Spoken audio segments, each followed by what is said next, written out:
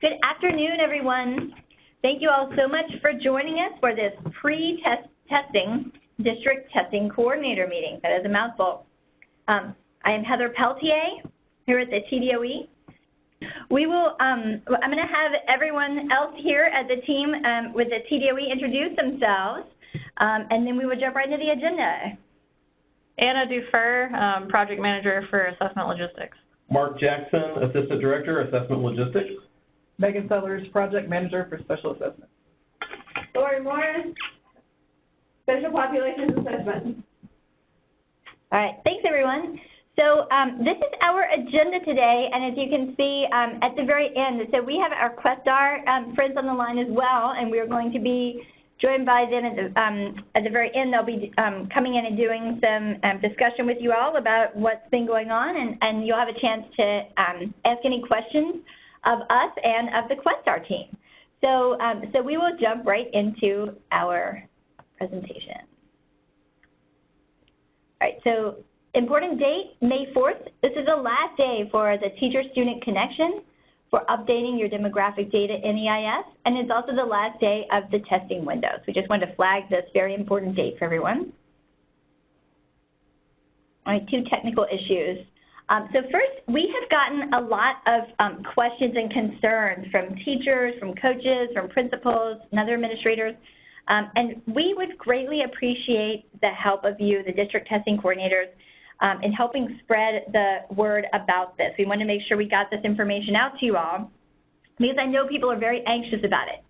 So we want to address a little bit, there have been some concerns about the scoring of graphing items in particular, and what people are seeing in the CAB and practice test platform and whether that's something that transfers to operational. So in the CAB or in the practice test platform, the way that it works is students graph the item, and then that response, in order to get scored, it gets electronically re-rendered. So when the system is re-rendering the item, currently something is being lost in translation. That is being worked on right now by the Questar team.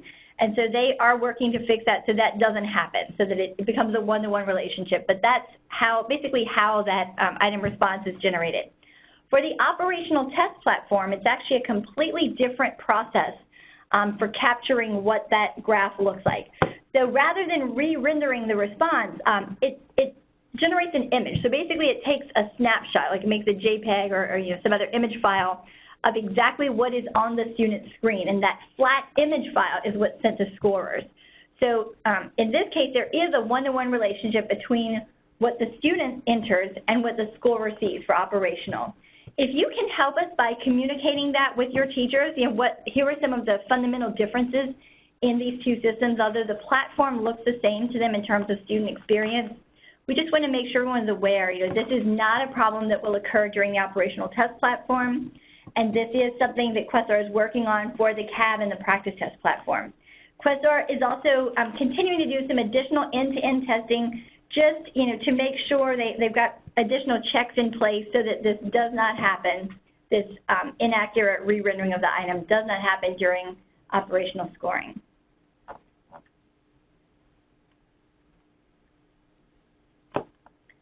All right, so this is a note for those who are using iPads for testing. This only happens for iPads with iOS 11.2.5 or 11.2.6. You will see a pop-up when you're logging in through the secure browser, and it looks like this pop-up here. All you need to do is click cancel and proceed. Unfortunately, it's an Apple-generated pop-up, so we can't disable it. Questar can't disable it. It's made by Apple. It does not impact the security of the test. So this is an easy one, just hit cancel. We just want to make you aware so that no one gets alarmed when they're testing and sees this happen and doesn't know what it means. All right. Next, Lori is going to talk to us about accommodations. Hello, everyone. Just a few updates about accommodations as we're getting started. For online test takers, you have to enter accommodations in Nextera before testing begins. You will not be able to turn on any accommodation once the student has engaged in the test. So please ensure that any students who are utilizing any accommodations that you have to turn on, that you do so before testing begins. If you have a school who is engaged in the paper-based test, you only mark accommodations on the actual answer document. So for paper-based testers, you bubble the accommodations on the answer document. For the grade 2 assessment, the only accommodation available is a scribe for transcription for any student whose disability precludes them from independently answering. We apologize for an error and all of the confusion that it is causing.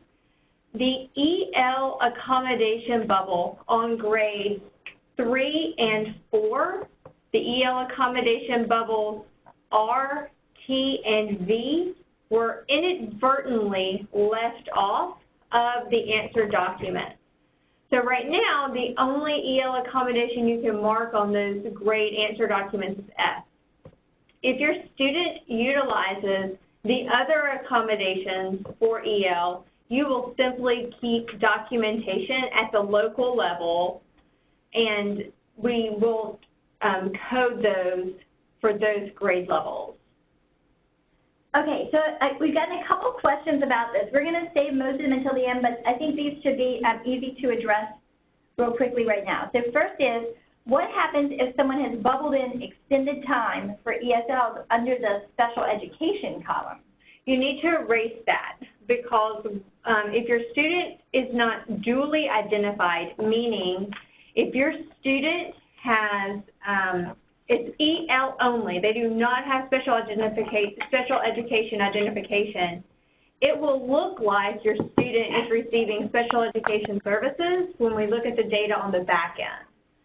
So you should just code EL accommodations for EL only in the EL bubble. Okay, thank you. So here's one more related to that. Is neither read aloud nor extra time available for second grade? For second grade, read aloud is not an allowable accommodation. Any text that can be read is read to all students, and any text that cannot be read to any student may not be read. So read aloud is not an allowable accommodation for grade 2. Extra time. Extended time is also not available for grade 2, and that also pertains to fluency items. So extended time is not an allowable accommodation for grade 2, nor is extended time available for any fluency items. So that's grade 2, 3, and 4. Okay, and then one final one about this piece, and I know we have more about calculator, which we'll address a little bit later near the end because that's a little more general. So this next question is there any restriction to using a word-to-word dictionary for EL students on English EOC? That is a great question. We currently use the Massachusetts word-to-word dictionary list. So if you need for me to send that link to you to ensure that the word-to-word dictionary you are using is on that list, I can do that. And my contact information is lori.morris@tn.gov. But a little side note to that, it's kind of late in the year to be asking about word-to-word dictionaries and using them on tests. So any accommodation, including word-to-word dictionaries, should have already been used during the entire year. So if you are asking about getting a word-to-word dictionary at this point in the year, it's probably going to be too late. And then finally, can you clarify for ELL what subjects are allowed read aloud?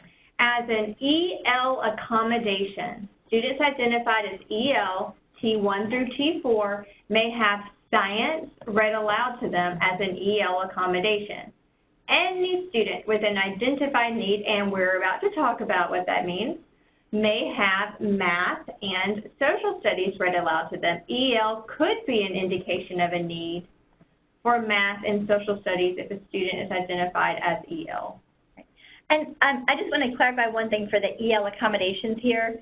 There's a bubble for S, no bubble for RTV. This does not mean that you cannot offer those accommodations. It just means you won't be able to bubble them. Okay. We're waiting.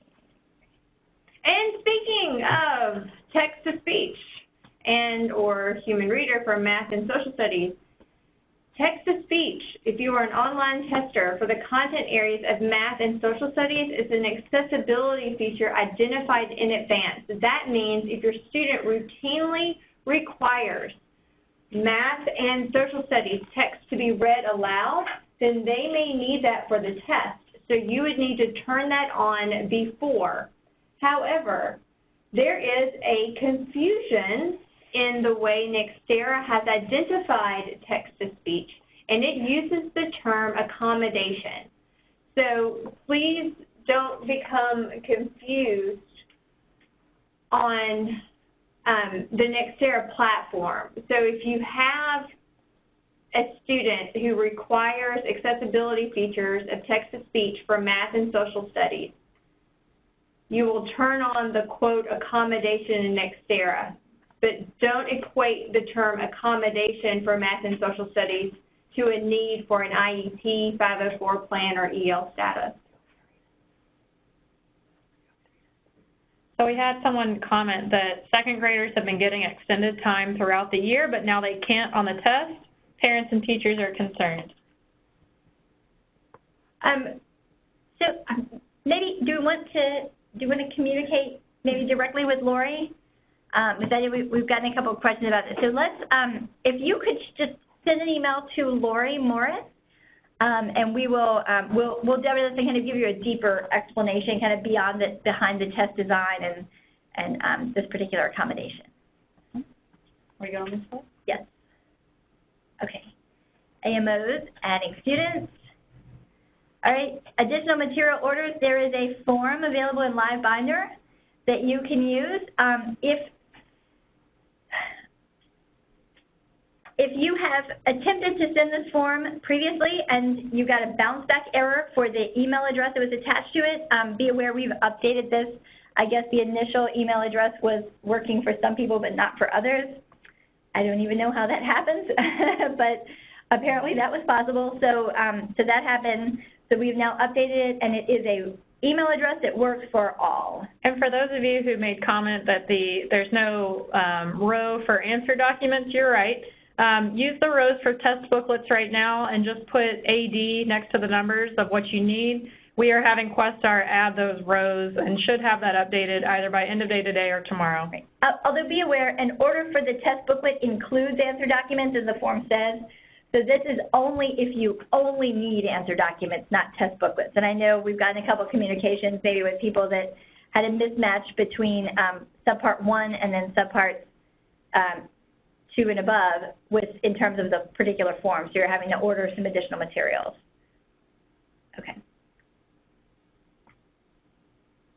All right, so there are directions in Live Binder for how to actually add students in Nextera.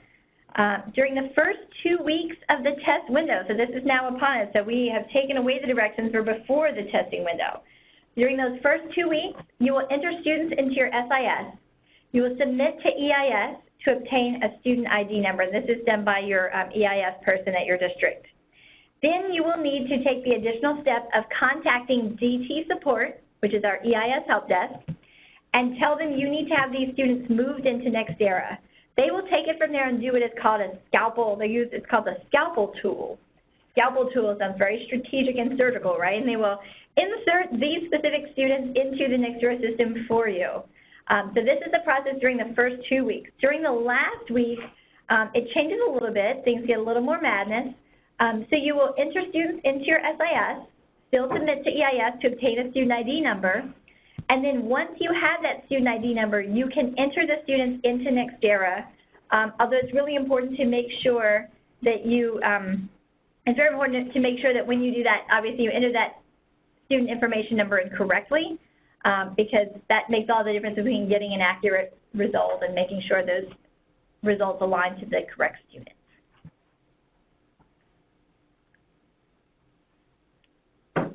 Okay. So if you're adding homeschool students into Nextera, you're going to use a similar process to what you do in LiveBinder under the Nextera tab. However, you may enter homeschool students beginning on Monday morning and get those students put into the system. You do not need to add homeschool students to EIS. Obviously, you will not have an EIS record. You do need to make sure that you are putting them into homeschool, which is 0981. Each public district has homeschool as one of the schools under their district. You will need to create classes and assign a test administrator to those classes, which means that test administrator will need to be given the ability to test on those particular areas. In other words, when you create or add the test administrator role to a particular teacher or administrator, you go in and give them the rights to test those particular things. You'll need to do that for the people testing homeschool as well. And so someone was asking, can you add homeschool students before Monday? Yes, is the answer. Absolutely. You can, in fact, I think we sent out a notice this week. You could have added them any time this week. So yes, feel free to go in and add those homeschool students. I've got several other questions. We're going to wait till the end. So let's see. Second grade needs to be included on the AMO. I just saw that. I will follow up on that. One person says, I've been able to submit an AMO, but I haven't gotten any updates or tracking numbers. Okay, can you, if you have submitted an AMO and you've not gotten any updates or tracking numbers, can you please send it to us as well, to the 10ed.assessment, and we will make sure that we follow up with the Questar team and make sure that's on track to get that for you. And someone else asked about, what about entering homeschool students in Nextera? Yes, I think we would stress that. Okay, so the question is, are students being added to Nextera this week as they're enrolled in EIS? So this week, yes, they're getting enrolled. My understanding is they're getting added to Nextera as they're added this week. It's only once the testing window begins that you need to contact support to start using the Scalpel tool.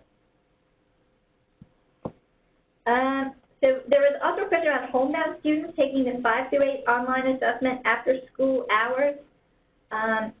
You know, let's come back to that one because I want to check with the Questar team and find out whether the hours are restricted for assessment administration. I believe they are right now, but that might be something, you know, if we need to work with you to figure something out, we'll try to do that.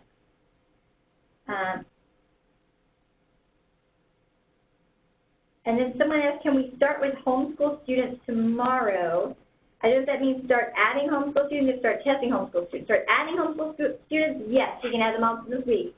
Start testing them, no one can test outside the window. Is it okay to hand enter in Nextera any students that are missing at this point? We just have students missing that are not new students. So we are going to actually have our Questar team talk a little bit about this because we've heard some reports from a couple other districts that are having trouble missing their students or getting them into test administration. This will get addressed by the Questar team a little bit later. Students that are not showing up in the visibility tool or in Nextera, those you will need to work with the EIS team to make sure we get those showing up in visibility tool correctly. And yes, we're hearing from a few people homebound testing after hours, so that's a great point. We will we'll go with the Questar team and try to figure that out. Someone that's having trouble adding testing rights to a BTC, but it's not saving, send an email to 10ed.assessment and we'll try to work through that with you. Hang on a second, I think about large print. And we've seen a couple people say that they don't have a large print read aloud you don't have for the teacher. You don't have we don't have a light version of large print test, either in school materials or in the district materials box. Any suggestion is to place an order for additional materials that you will need. Great. As long as they're paper testing. We're going to jump back into this here. We got a bunch of questions. We'll pick up again with more questions at the end. We just need to keep rolling for now. So off grade level testing, there is guidance available in LiveBinder. Go to the Nextera tab and you'll see it. the guidance is called Set Tested Grade. I realize that may not be intuitive for you guys. So for off-grade level testing, look for the guidance called Set Tested Grade. And we are now aware that there is an issue with grade 4 students that are grade 4 or below students that are testing above grade level in Nextera. That's only for online, obviously. And we are working with the Questar team on that. We were actually working with it again this morning. We have some suggestions, and we are going to get that resolved for you as quickly as possible because we understand this is very important. This is a key priority for us. And again, I said we pop up another question about when can you add your homeschool students? You can add them right now. You can add your homeschool students into Nextera immediately. You can do it as soon as we get off the webinar. All right, Nextera connectivity.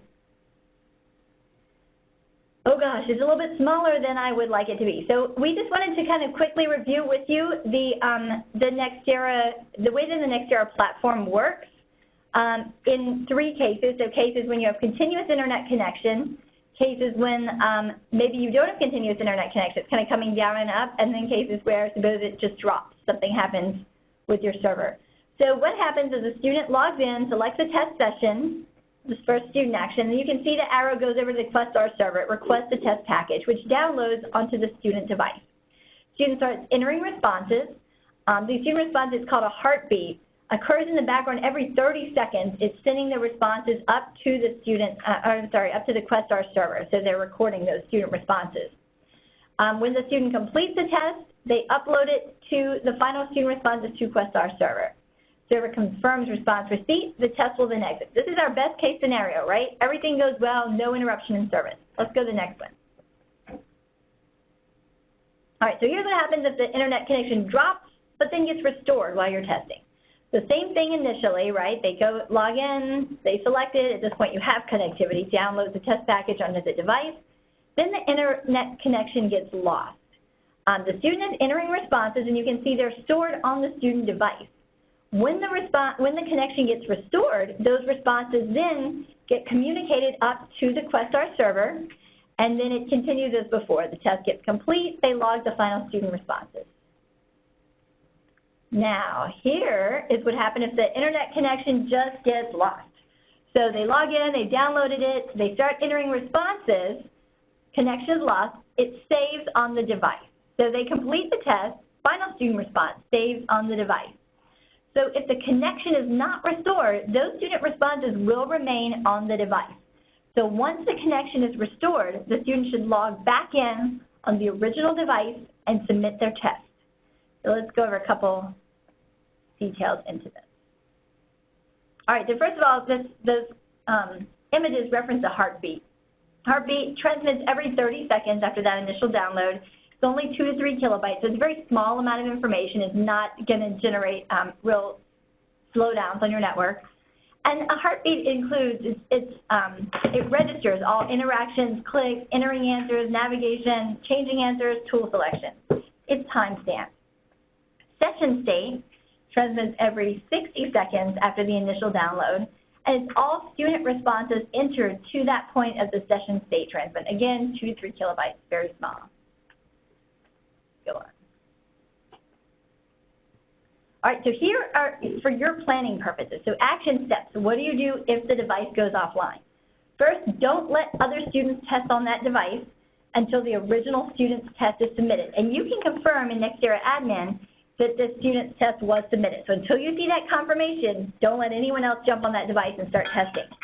Don't move that student to another device, have them test, because remember, the way it works is anything they did on the device after they lost connectivity is saved on the device, not on the server. So if you move them to a different device, it's only going to register whatever they had recorded before they lost that connectivity.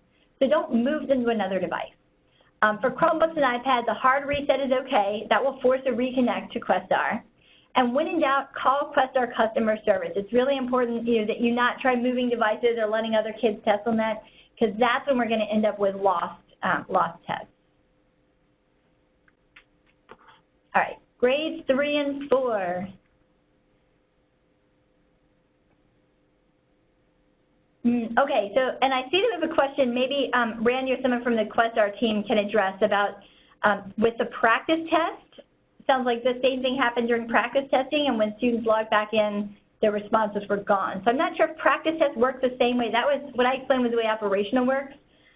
So Randy or maybe someone from Quest, our team, when it's your time, if you would make a note, maybe help address that question. What are are there some kind of structural differences in terms of the practice tests and operational test system? All right, so listening items. I don't know if you all have yet seen the commissioner's announcement that came out April 9th, but there's a recommendation coming out of the assessment task force to reduce the grades 3 through 4 English language arts testing time. The decision was made that for future years, listening items are going to be eliminated. So we actually did not ever have listening items that were operational because this year was the first year they're going to be field testing. The decision was made that there was really no need to spend your students' time taking field test items that were never going to be used on operational tests, because the design for future years is going back to the shorter test without the listening items. So because of that, we have been doing some real last-minute work to make some revisions to the grades 3 and 4 language arts tasks to include the omission of these listening items. And I will say, Mark and Chrissy and Freddie on my team have worked like troopers on this for the past few days. They have been working like crazy. So, so these will be posted this afternoon, evening. The grade 4 TAPs will now not have secure material. So this is going to be available in LiveBinder. So you'll be able to sign in a LiveBinder and see your grade 4 TAPs this afternoon/evening. And the Questar team, I know, is working on this right now. And hopefully we'll even be able to, maybe give us an update on that. So we're excited to get that to you soon. The grade 3 TAPs has secure material, and we will make that available for you in Service Point, which is the same place you access reports in Nextera. And again, we will get more information out for you with very specific directions in terms of how you access those materials. So we'll tell you specifically how to do that. Okay, let's move on. All right. So because of the elimination of the listening items, this issue now is only an issue for grades 3 language arts subpart 1. So we have an isolated concern that's going to necessitate some scheduling on your end. So we have made you aware of it as soon as we knew of it, and we're sorry. We had tried a few things. We had tried a few things from a planning standpoint that would have eliminated this. Unfortunately, those did not seem to work out. So we are where we are. So here's what we've come up with. So the writing, what's happening with ELA subpart 1, the writing prompt and its corresponding passage are read aloud. The prompts and passages vary by form, that's the letter, like C versus C, not by version. The version is the number. So for example, the prompts and passages for C1, C2, C3 will all be the same. For D1, D2, D3 will all be the same, but for C1 versus D1 will be different. They vary by form, the letter. This presents a logistical consideration, because you can imagine if you have students sitting in the same room that need to be able to hear this read aloud, and some of them have one form, and some of them have a different form, that's going to present a logistical challenge. And so we have a couple suggestions. One is obviously a scheduling issue. If you've not yet assigned out the forms, that is the easiest way to handle it, just to make sure kids in the same test session get the same forms.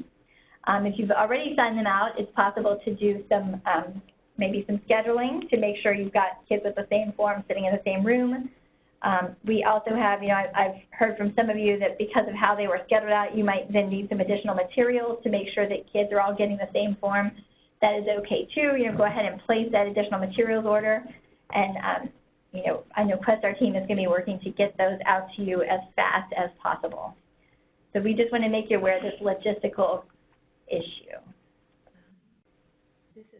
All right, a few important reminders. We are nearing the very end, and we're going to jump into questions. All right, grades 2 through 3, writing and test book. We've got a lot of questions about this, and with good reason. We've given you some conflicting information. So we're going to clarify things.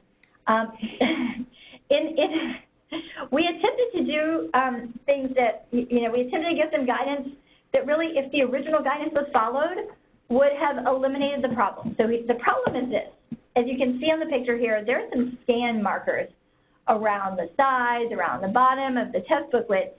If any marks get into those areas, this is going to interfere with scanning. It's going to interrupt the scanning scoring process. So initially the direction was, don't have students write except for the area where they're supposed to write in, because that will completely resolve this problem. Because as you can see, it applies to grades 2 and 3, which are our smallest test takers. They're the least savvy, really, for when it comes to things like this. And so they might have trouble distinguishing, you know, where exactly they can put those marks or notes and where is not a good place to put them. So that was our initial direction. What we heard from the field then was that that was not, I think it was not a great solution for many of you, because you had been, your teachers had been teaching kids to write on the passages, to underline things, to, you know, draw pictures to help them interpret meaning, all kinds of stuff. And so that solution of not writing was just not a viable one. So we wanted to kind of just let you know, all right, here's the situation, here are the considerations. You know, you can work around the framework in a way that works best for your students and your district. So the situation is, you can see we've got scanner marks. There cannot be writing in the scanner marks, or that will interfere with scanning. So if you need to, so let's say that your district is one that says, you know what, it's really important to us to let the kids draw and underline and write all over the place in the book, and that's important to us. So you can make that choice.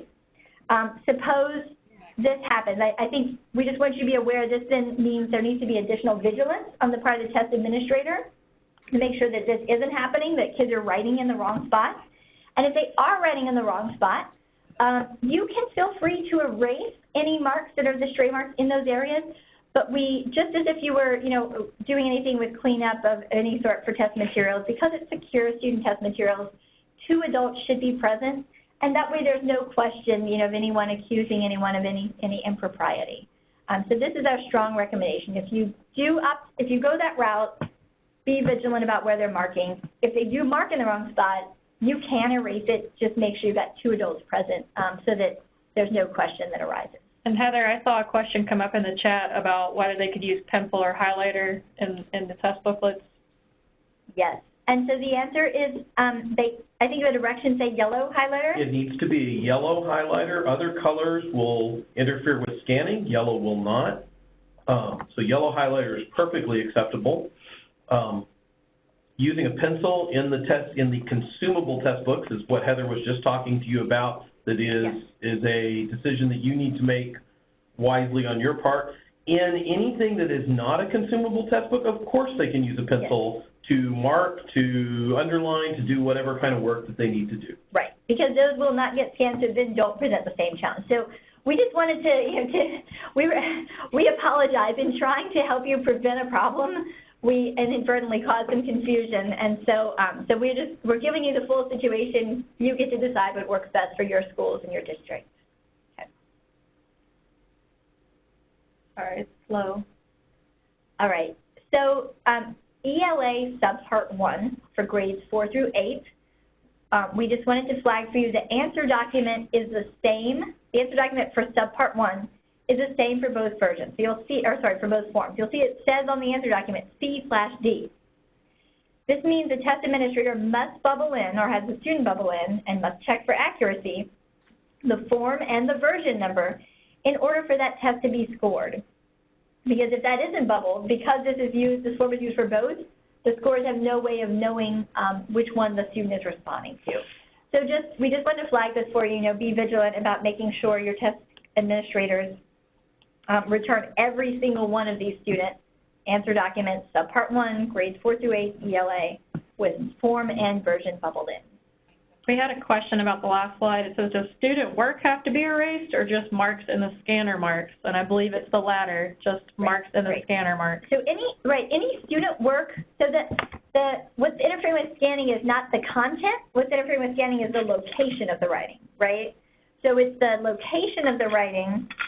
If they write it in the consumables, this is for consumable test booklets only. If they write it in that scanned area, it will interfere with scanning. And it doesn't matter what they write, whether it's student work or whether they draw their name or a smiley face, any marks there will interfere with scanning. All right. So we got several questions also about multiple pre-ID labels. Some of you, I think, got duplicate sets of them. So some of you have more labels than you were expecting to get. And we were actually told by the operations team, they, they'd rather default to more than too few, right? Too many than too few. So we just want to remind again, a student's pre-ID labels are interchangeable. Whether they have a teacher name or not on them doesn't actually matter because it is not the label that's used to tag the student's score to teacher. We have captured that information already in the system. That's why we've been working so hard with you all to get the data right in your SIS and transmit it to EIS and show corrective visibility tools. So we've captured that teacher information elsewhere. So you can take a label, as long as it's for student, student X, you can take a label from teacher A, from teacher B, you can reverse them. It doesn't matter. It's really the student and that student's ID that is the key piece here. And you should use those for answer documents and RI status forms. If you're one of the lucky schools with extras and you feel like sticking them on test booklets as well, you can feel free to do that as well. Someone asked, can RI did not test labels be used as content area labels as needed?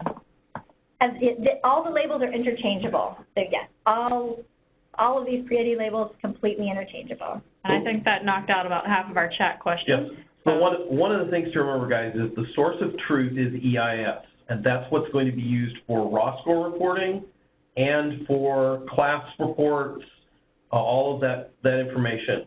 The information on that label is just the student information that you would have bubbled in, what we used to call the top 6 things. It's the name, it's the USID, the gender, the date of birth. It's the identifying information for the student. It does not have class or teacher information in that barcode. All right, and then I saw we had a real quick question from Brent. I think he was asking. Do we have to complete an RI did not test form for every student with a pre-ID label that is no longer enrolled in a school? The student's no longer at the school. They got a pre-ID label. No, those pre-ID labels. So you're not going to test that student. The student is no longer in EIS for you, if I'm correct. Those are all non-scorable materials then. They would go in non-scorables, and that student would not appear anywhere for you guys. So yes, Brian, you sounds like you knew the answer right there in your second half. All right? Anna's reading the question. Yeah, I thought you said maybe it's not necessary because EIS will know and just put unused labels. That's right. Okay, yes, all right. Anna was privy to information the rest of us did not. Okay, let's carry on. All right. So for all paper tests, so we've gotten some reports of some people doing some things or asking, can we do certain things? So we want to share with you what shouldn't be done, and we want to explain to you why this shouldn't be done. It's not capricious. So first, please don't affix a new pre-ID label over an old. And the reason for that is because it will interfere with scanning. So the scanner tries to read as if it's 2 pages, not 1, and it messes up scanning. And so anything that's going to disrupt the scanning process, please don't do. So having 2 labels will disrupt the scanning process. The same happens if you have mislabeled. Let's say you're taking blank labels, trying to put them over the pre-ID labels and hand bubble in the student. That's going to return the same error. It's going to not be read correctly by the scanner. It's going to present some problems. So that's the reason for those first 2 bullet points. The third one is don't attempt to black out the pre-ID label. What we have found when looking through some of the answer documents from last year was that depending on what brand marker is used or even like how many coats were applied, in some cases it's possible for someone in good faith to black out a pre-ID label. It looks blacked out to them. The scanner can still pick up the document underneath. The scanner can still pick up the information underneath that blackout, so they can still read that label. So what will happen is you'll have a conflict. So let's say you've affixed the pre-ID label to an answer document, you've blacked it out, and you've hand bubbled in a different student's information. The test scores, it may be read correctly by the scanner, so the test scores may get attached to the bubbled in kid, or the scanner may read through the blacked out, so it may get attached to the new student. So as a best practice, don't do that one. And then the last one to not do is do not attempt to tear off the pre-ID label, because that can damage your answer document, again, disrupt the scanning practice. If you've already done one of these things, so we saw a couple questions about this, and it's an irrevocable at this point. Let's say you've passed the point of no return, it has been done, and there is no way to fix it.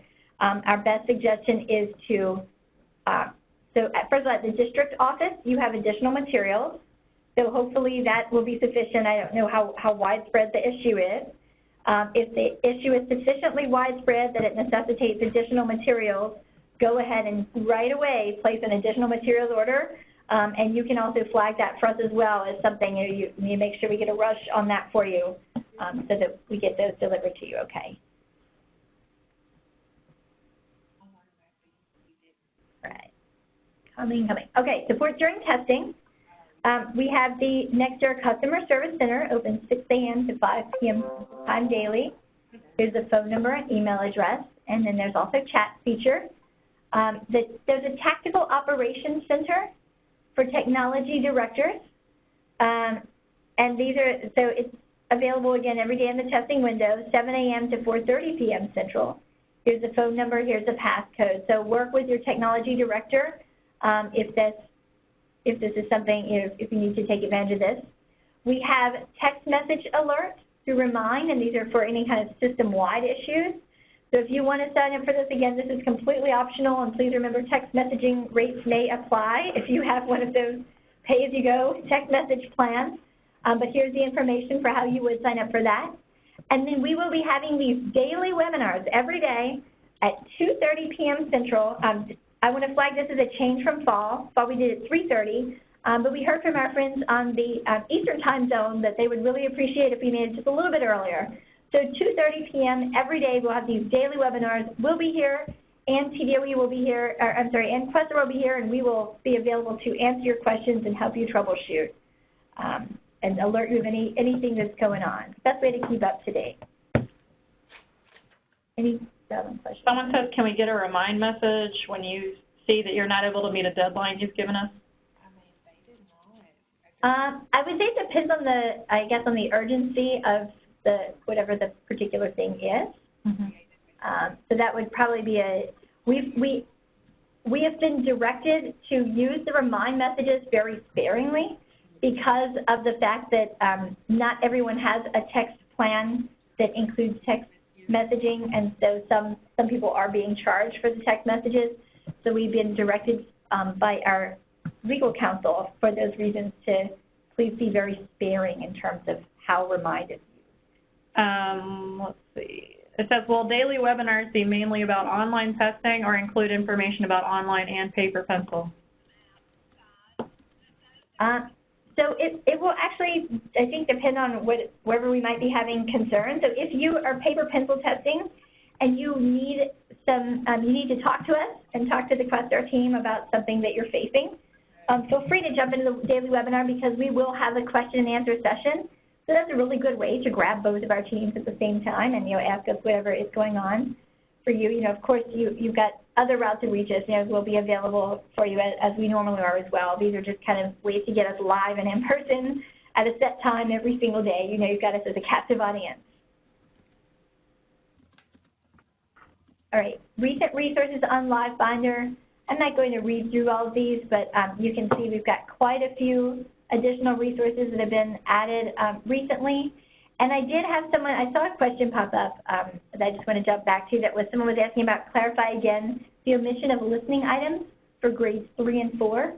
So you will see this in the TAPS, which is going to be released this afternoon. Again, remember, we had to, like I said, Mark and Chrissy and Freddie have been reviewing and editing and revising, and the Crestar Publications team has been awesome in helping us do a real quick turnaround based on these changes that just came out Monday of this week. So we are about to the point where it is ready. I think we have passed it back to Quester for our final edits, and it's going to be posted, I think, any time now. We're thinking sometime this afternoon or maybe early evening, depending on how it goes. But we're real close to finality there. So there are specific instructions in these tabs on which parts to skip and where to go specifically in the test books and in the answer documents. Right. And so someone's asking, so grades 3 and 4 tabs will not be shipped, and that is correct, and that is simply because of the late breaking news and the changes it necessitated, we will not be able to make a shipment deadline in a time frame that would have allowed you to begin testing on Monday. And we heard from many of you that you had testing scheduled to begin Monday, Tuesday. We did not want to jeopardize that. So it's going to be available electronicically. I know this is less than ideal, but we appreciate your flexibility. All right, so we have got some of our friends on the line, and I believe Randy Langton, who is our, I think we have a new title, Randy, our Vice President of Tennessee State Testing. Is this correct? Hi, good afternoon. Yes, it is. So I'm Vice President for the company. I oversee our technology and assessment delivery across all our programs in Tennessee.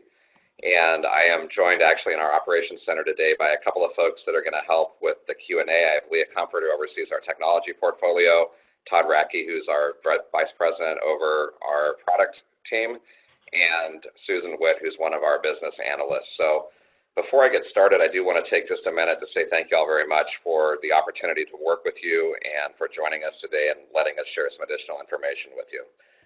So I know one of the things that has been on a lot of folks' minds over the last several days is customer support, specifically our wait times. I know that many of you likely have experienced longer than normal wait times over the last week, and I want you to know that that is something that is not okay with us and clearly not okay with you either. So we're doing some things to address that. In the short term, we're going to be adding, and have already started adding, additional staff to our call taker team. And we've activated what we call our Tactical Operations Center. It's actually where I'm speaking to you from now, here in Minnesota, to both reduce those wait times and reduce the time that it takes to get a question actually answered and one of your support cases actually resolved. In the long term, you've heard me say this before, that we realize that more real-time support is something that we need to move to. So we are going to look this summer at our overall staffing model for support, the processes that extend beyond the actual people that answer the phone when you call the number or dial up the chat, into the different teams of our company and engineering and so forth. We're going to look at that entire model to make some adjustments so that wait times are no longer an issue and we increase the velocity by which these questions are addressed as much as possible. So those are a couple things we're doing in the short term and the long term there. The other thing related to support that I would want to share with you as a reminder is that we will have what we call our laser team out in the state during all 3 weeks of the testing window. So this will be 4 people that are strategically positioned around the state to help you proactively and reactively. If you have any sort of emergencies that should happen to come up, you can call us, call support, and we will make sure a laser team member gets sent out to help you. So please take advantage of that. They will be there during all 3 weeks of the window. They provide you with direct access to our Tier 2 support staff and all the way down to our engineers if that is what's required. The next one is probably the most pressing thing that we are working on from a technology standpoint right now, and this is the logins for the online testing, and this relates to form accommodation work that is undergoing. Or is ongoing right now. We ran a form assignment process for 5 through 8 earlier this week. We are aware that in many cases it worked, and we're aware that in at least, I'd say many cases it didn't work, to be transparent with you. We have this afternoon, I think it's fair to say, narrowed down the possible underlying cause of that. We are going to have a maintenance window this afternoon. We believe, actually, while this call was ongoing, that we've narrowed that down enough that we have a fix that we may be able to push out tonight that will address that problem.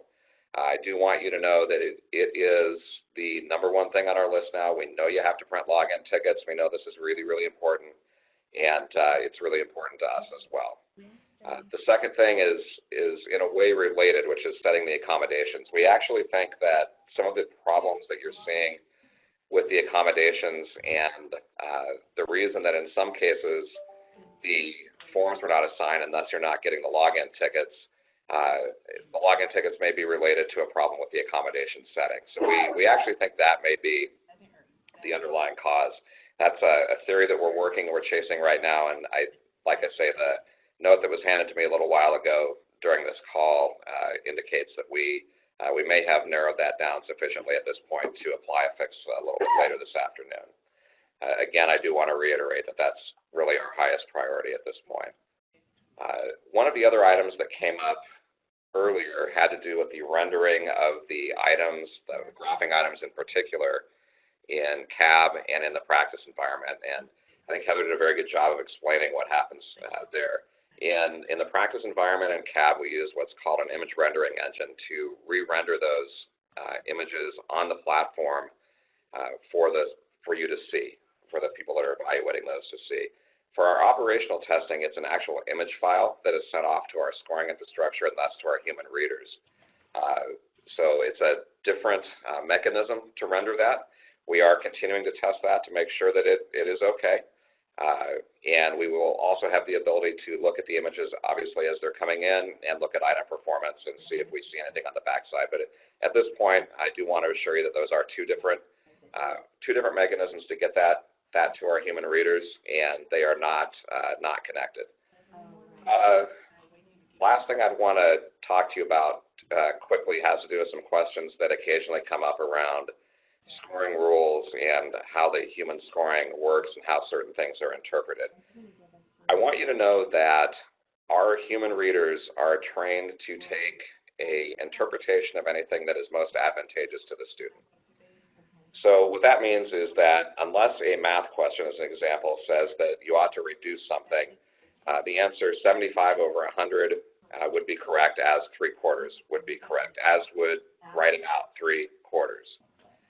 Where there are situations where there is a lack of clarity or the individual reader is uncertain about something, we have a process in place for them to escalate that to our supervisors that are in the rooms they're working on, and ultimately all up to the department for guidance on how to address particular scoring issues. And that's one of the things that human scoring brings is the ability to think and interpret and really try to understand what the student was saying and make our determinations based on that.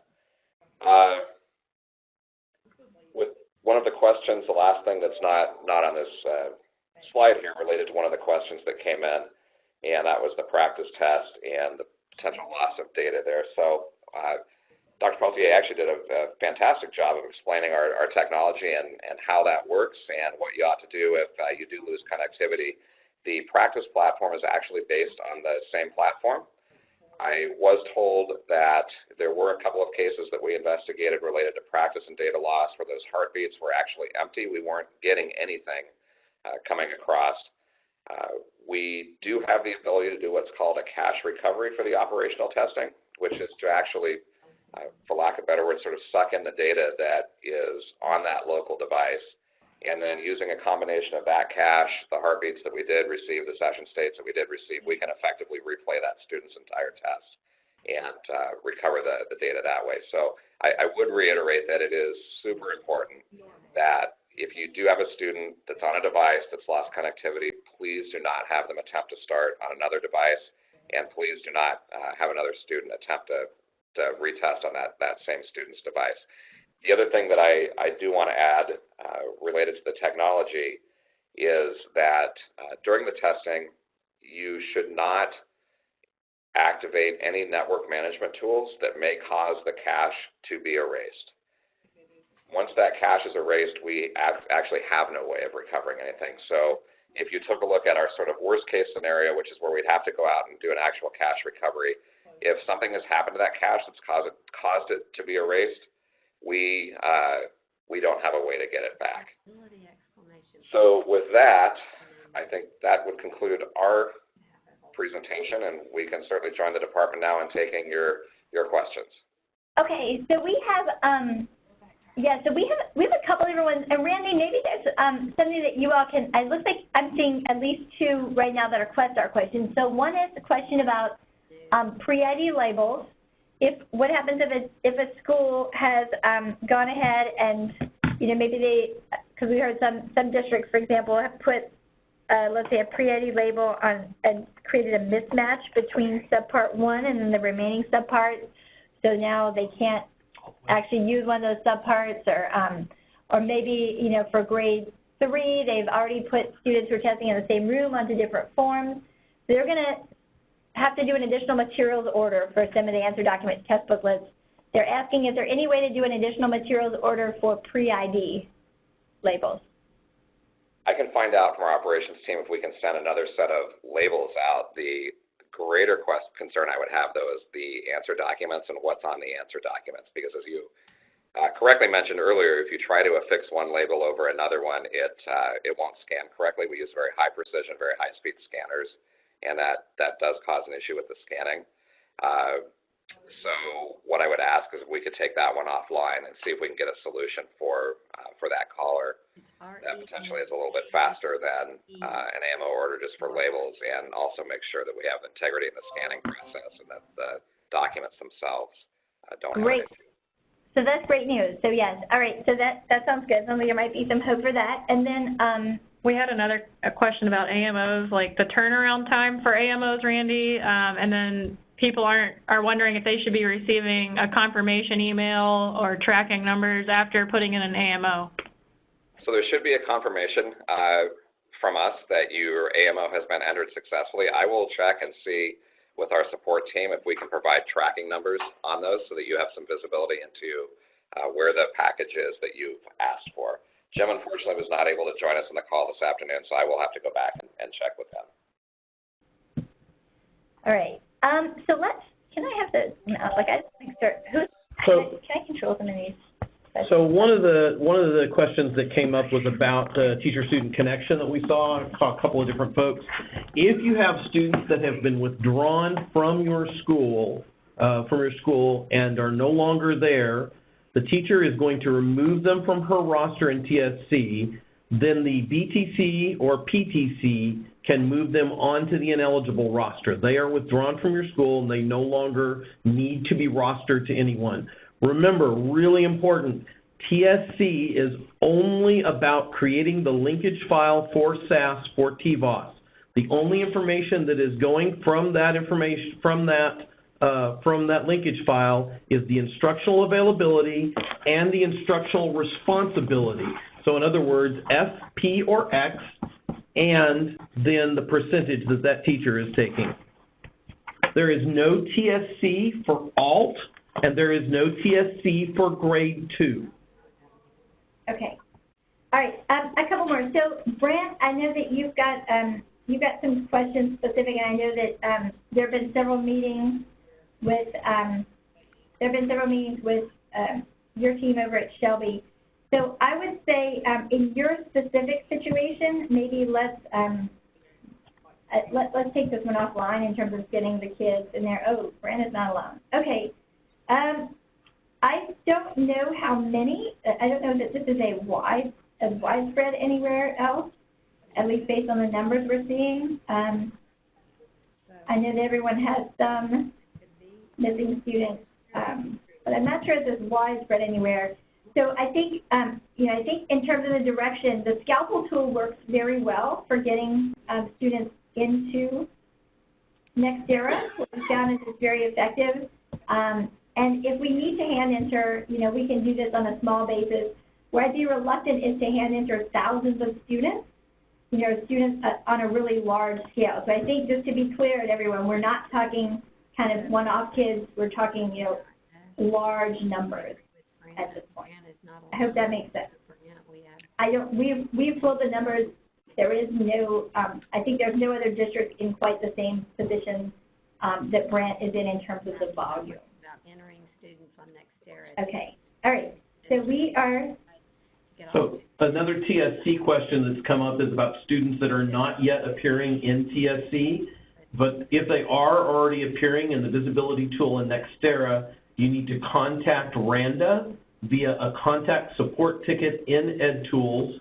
direct that as the intended recipient as Randa and the subject matter teacher-student connection, and explain to them the issue about why you are having that there, and they can work with our technology folks to get those students properly moved up.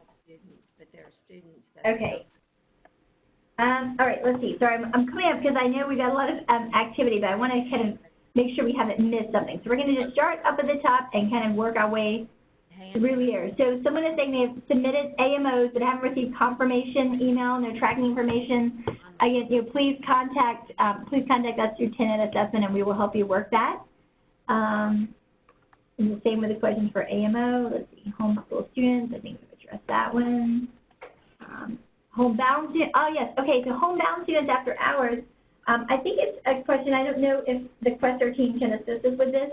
Is it possible to extend the hours of administration for the testing, for the test within the test platform, so that students who are hospital homebound and might need to test in the evening are able to do so? Do you know, Randy or Questar team, if that's possible? Yeah, I do know. Unfortunately, we're not able to do that on a case-by-case basis. So what I would like to do with you, though, is work with you on a solution for those students, because to the greatest extent possible, we don't want to cause that inconvenience. Okay. Thank you, Randy. All right. Let me keep going. Let's see. Large print, adding the next year. Okay.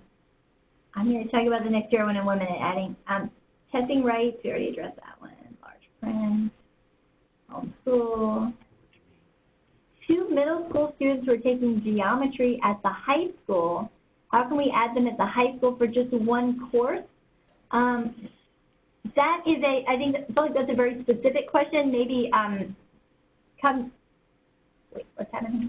First thing, I know I had another district contact me about the same question with 8th graders being in a high school course. First, when you go into Nextera, make sure that at the top you've selected the EOC spring administration and not 3 through 8. If they're still not showing up there, again, go back to EIS, make sure your class lists are uploaded for those teachers, especially if they are testing in that 3 through 8 school, that you have the right course code, et cetera. If you're still having an issue, then move forward from there.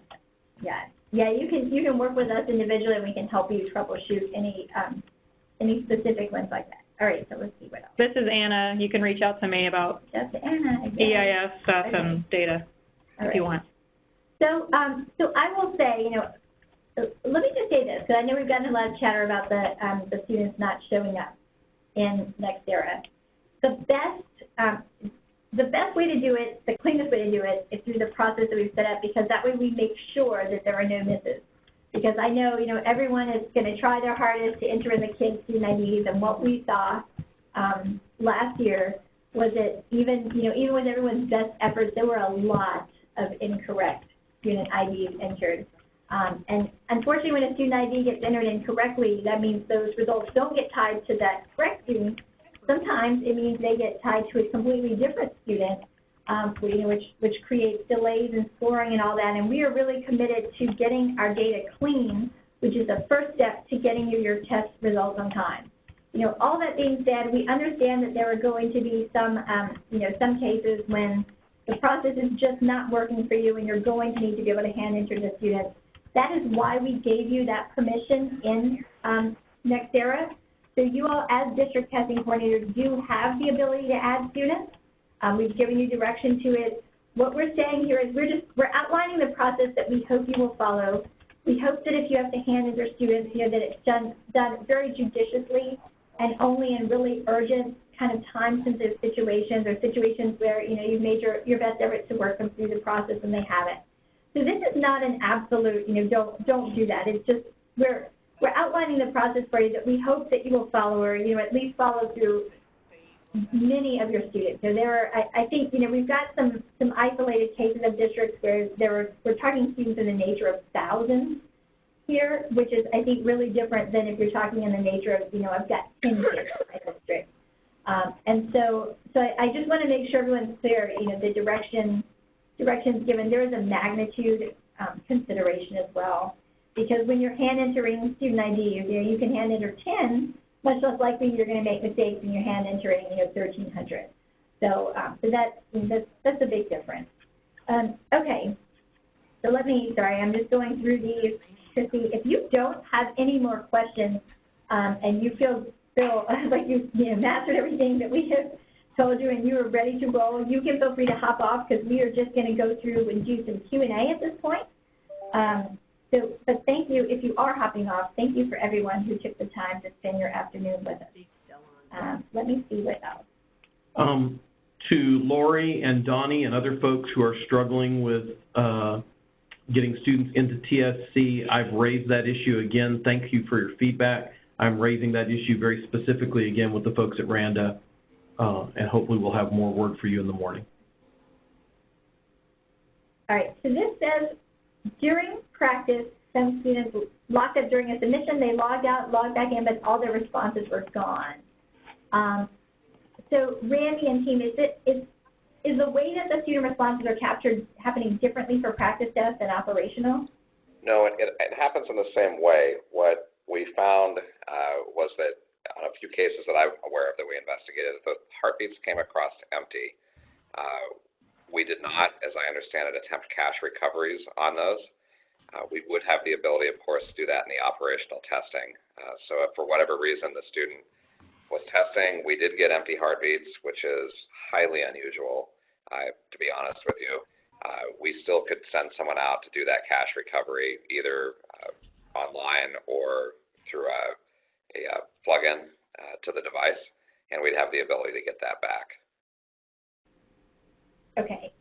And there's a couple of others that I see on my screen here just related to that. So one of the questions is backup plan in case the form assignment doesn't work. Yes, there is. I'm actually going to a meeting in about 21 minutes to talk about that plan. And the next question that I see is from Josh and relates to someone else actually testing as long as they have a different login.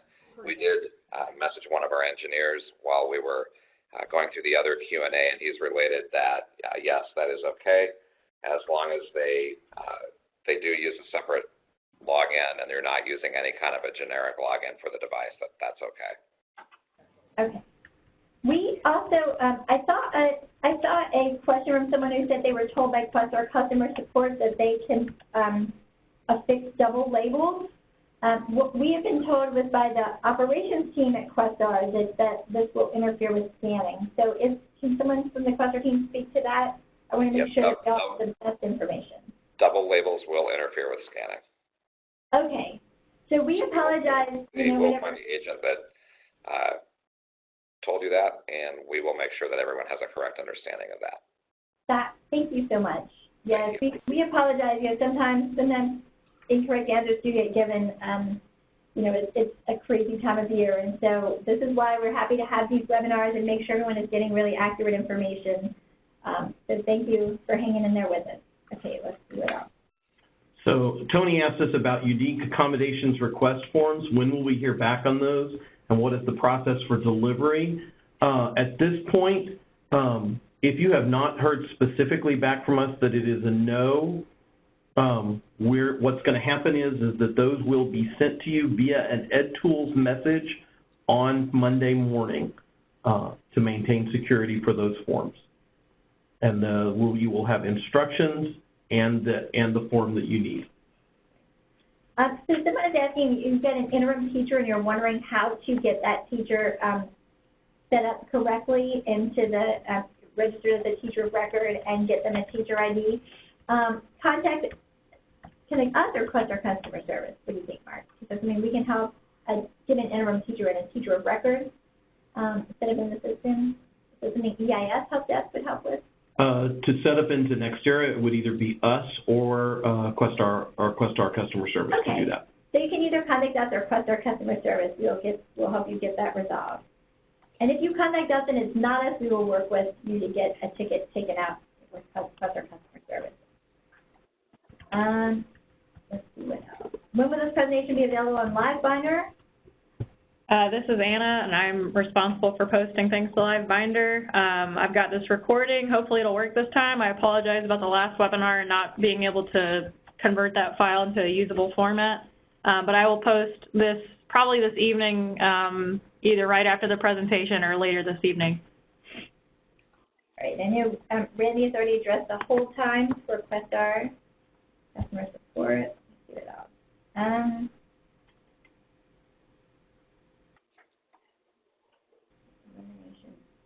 Can you draft something? Can we share with schools regarding the elimination of listening portions? Yes, we can. We'll have it communicated in this. It will be communicated also through the TAPs, and we have a statement that we're using to communicate for the TAPs, so we can also share that statement as well regarding the elimination of the listening portion. We feel the third grade issue can be fixed by grouping. Absolutely, yes. As long as students are grouped so that the students with the same prompt are hearing the same one. Remember, this is only for subpart 1. And yeah, so we are hopeful that this can be, that you all will be able to work around and accommodate. You can accommodate this through grouping. You can accommodate this by making sure students sitting in the same group have got the same test form. You know, if you've got something, you can get a little creative in terms of how you do the read alouds in there, where students hear the portion that is their portion. That is the best way to work it at this point. Again, listen, I've been in your shoes, and I realize this is last minute to hear this. You know, as soon as we identified this as an issue, which I think was 2 days ago, we communicated out about this. But even 2 days ago, you know, that is still last minute in the test coordinator world. So I just want you to know, you know, as soon as something comes to our attention, we are letting you all know, and we apologize if something it did not come to our notice until literally 2 days ago. And we're really sorry about the short notice for that one. Let me see. I think, does anyone see any other questions?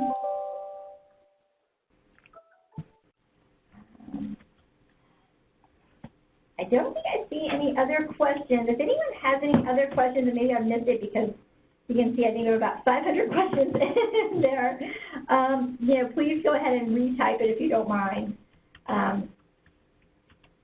Let me see. Okay, and so someone is asking, sorry, how do we mark extended time for EL students? The codes are, so yes, this was something we have flagged. It's just you will not be able to bubble it. You should still give them their extended time, however. You just won't bubble it on the answer document, it's all. It won't be captured in our records. It's the only thing. It will not impact the student scores. It won't impact the test environment. It won't impact accountability or anything else.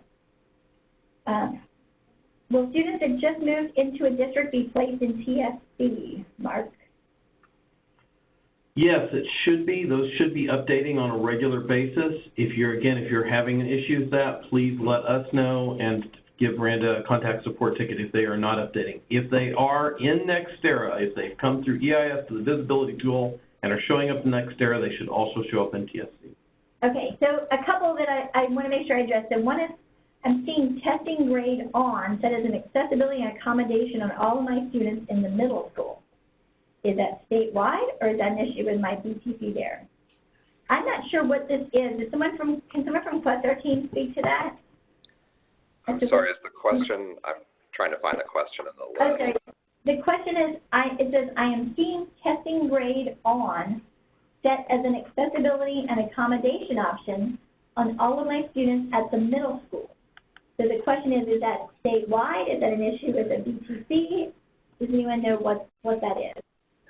So that is not actually a problem. It relates to our ability to allow students to test off grade, and it has to be on for all students. So that's not a problem. Okay. All right. So the next question right after that is from Lori regarding the 3-8 TAM, stating that about reviewing that once we review TAPS has been reviewed, there should be no instructional time with students after reviewing the TAPS. Let's be really specific to that. That is a TAPS that contains secure material. A TAPS that has non-secure material is not an issue. The only two TAPS that contain secure material at this point is grade 2 and grade 3 ELA subpart 1. So in those cases, yes. Beyond that, no. And what we're wanting to do, obviously, is not to end the school year with this. It is simply to make sure we don't want a teacher consciously or unconsciously being influenced by having looked at secure materials and then teaching to those materials for their students. Right. So thank you, Mark. So yeah, the intent here, again, we're always trying to use our like a common sense practical approach, right? So the intent here is so that no one gets accused. Remember prior year saying, hey, you had access to secure materials and you were then teaching those secure materials. So the first, as Mark said, let's be cognizant of the really limited tabs that have secure materials in them. For grade 3, it's just subpart 1. So a real quick way to solution around this would be just provide the teacher access to that tab with the secure part, maybe the afternoon, after school is over, right before test administration. The test administration is the very next day. Teacher gets the tab the afternoon before, administers the test the very next morning, and now can just carry on with regular instructional time. So that really is, that is the intent behind it, just to, to make sure that no one. I was just going back if someone wanted to see that. Oh, okay. Someone has to go to this slide, slide 22? Okay. Yeah. Okay. Sorry, I lose my train of thought easily, so when the slides are changing, I don't know what's going on. Sorry about that. Let's see, interest in items tab, yes, that certain good ELA slide containing listening items. If new labels may be ordered, how and when will we be notified is the question. So I think Randy is looking into that, right, and we are going to, we will notify you all. Randy, do you know how soon you all might be able to have an answer for new labels, or should just districts that are actually in need of new labels contact us right now and let us know, and then we can communicate these to you so that you can kind of see the magnitude of the request? Would that be helpful? Yes, I actually think that would be a good way to start. Then I will have somebody go to the operations team and find out what the potential turnaround time on that is. That sounds great. So could you all then, Reba, please go ahead and just email the 10-ed assessment and let us know what you're needing, and if you can be specific, about the grade level. I'm guessing it's probably just grade 3. I'm hoping just grade 3. Just go ahead and send that request to us so that we can get a good idea of how many districts might be in this situation that they're needing it. Angie, same thing for you. Homeschool label pencil, do we hand bubble in answer sheets? Yes, just hand bubble in answer sheets. You do not need to add your homeschool students into EIS or SIS. Don't worry about doing that. Fourth grade ELA, do not have to worry about having the same form or version due to listening portion. That doesn't matter because it is being omitted. And that was actually one of the other considerations for us. When we saw that this would create an issue, we were trying to figure out ways to mitigate it. The assessment task force recommendation, kind of sealed the deal on this one. So along with that, Suzanne asked about, will student ELA, third grade ELA, will students still need to use the same form for subparts 1 and 2 through 4 with all the confusion, or will that matter? Absolutely, it still matters, and it matters at grade 4 as well. In other words, if the student is on C1 for subpart 1, they need to be on C1 for subparts 2 through 4. Yes. That is always going to happen. It's also important to remember, although I think we've had a couple of districts ask a question, the C1A and C1B, which is down at the grade 2, is at grade 2. Those are the two different parts as far as that goes. So when you see that, those are, again, the same form. A denotes the first part, B denotes the second part. That may be third grade, pardon me. My brain is a little bit fried, as all as you can probably guess. You are equally so. And I just want to emphasize, because I know, some of you are, I so appreciate the fact, that you guys were getting creative and brainstorming, coming up with ways to, to figure out how to do it, and maybe doing some of the things on the do not do list, and I'll be honest, I would have also tried to, we need to plug in. I would have also tried to brainstorm and try to figure this out. So I want to let you know, we really appreciate that, is that ingenuity is one of the really wonderful things about testing coordinators. But I also want to emphasize, we are your partners. We're here to help you. And so, if you're solutioning through something and you just want to, reach out to us and say, hey, here's what we're thinking about doing, here's what we're looking at doing, we're always really happy, to help you kind of work through and think through any possible workarounds for any challenges that come up. Because, like I said, listen, I've been a school testing coordinator, I've been a district testing coordinator, I've walked in your shoes. I know how hard it is when, when things get changed at the last minute. So we are here to help as best we can, and, we're always really sorry when things do have to change at the last minute. Let me see. So someone was asking about, to clarify, the listening items for grade 3 and 4 being omitted this year, 17-18, causing the TAP to be revised. That answer is yes.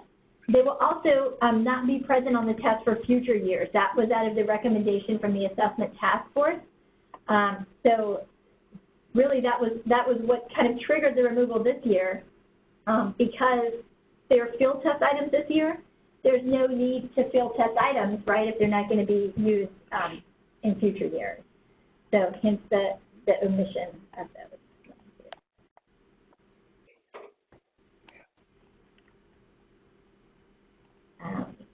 The practice problem.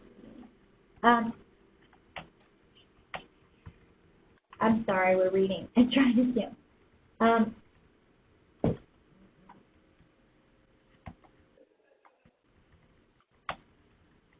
So there's a Questar question.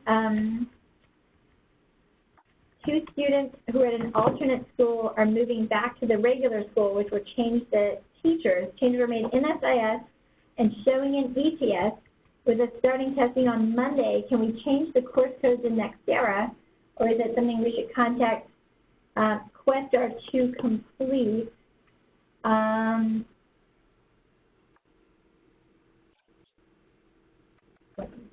So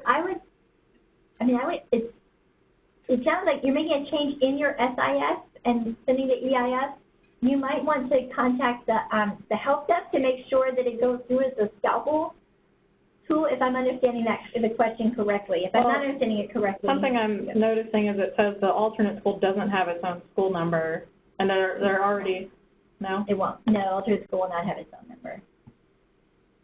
So if we pick that up this week, that should come through in one of the Delta polls. Okay, that's I think it should come through. You can also, if you're not, if you're not seeing it or you want to just double check or be sure, you can always put in the request to the EIS help desk to do the scalpel tool. So Shannon was asking, Shannon C, I love this.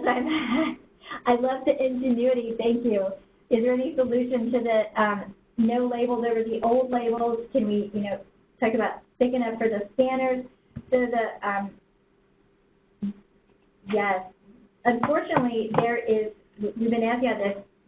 What we've been told and what you heard Randy say is that the thickness of the labels, so having more than one label on there is what messes up the scanner.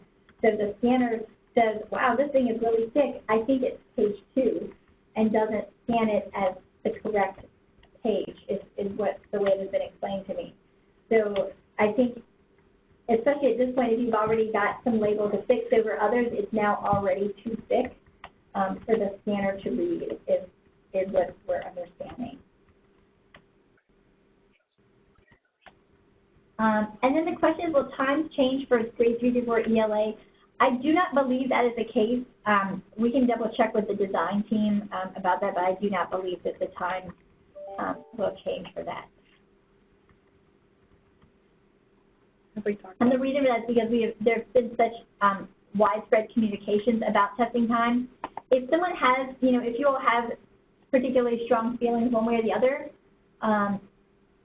that would be good to, I don't know, I don't think I would. No, it's me. Oh. If you have particularly strong feelings, one way or another, but to be honest, our strategy right now is we realize so many things are changing. We're trying to minimize the changes as much as possible. And so that was kind of the strategy we're following is let's not try to change more than we need to. If you all feel that this is not a good strategy for us to take, of course we're here to listen to you. And so we would appreciate your feedback and your input on that, weighing obviously the benefits and the risks of things like changing overall time.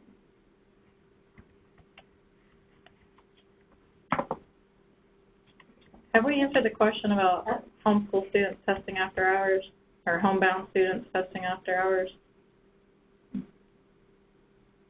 No, remember Randy's going to look into that. Randy already addressed that.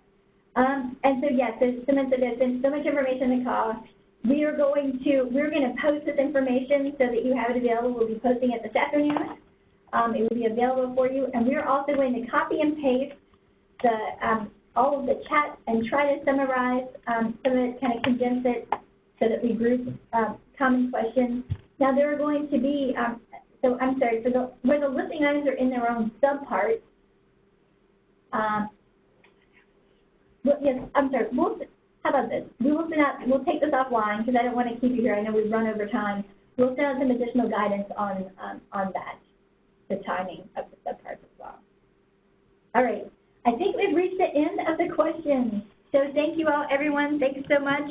We know we've run over, half an hour over. We appreciate your time, and we look forward to talking with you again shortly. Again, reach out to us if there's anything at all that we can do to help you. Thank you.